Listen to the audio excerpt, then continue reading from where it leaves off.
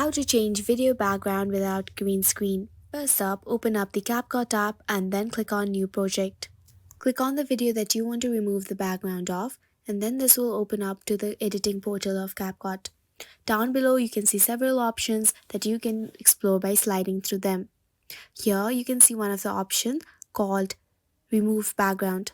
Here you can either click on Auto Removal or Custom Removal.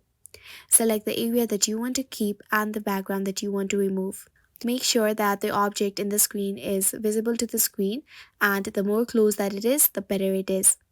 Select the lining of the background as you wish, and after you are done, click on the tick mark icon on the bottom right corner.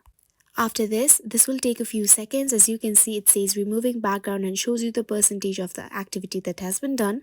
And after a few seconds, you will be able to see in successfully background removed video in your screen. For more efficient background removal, make sure the object on the screen is visible.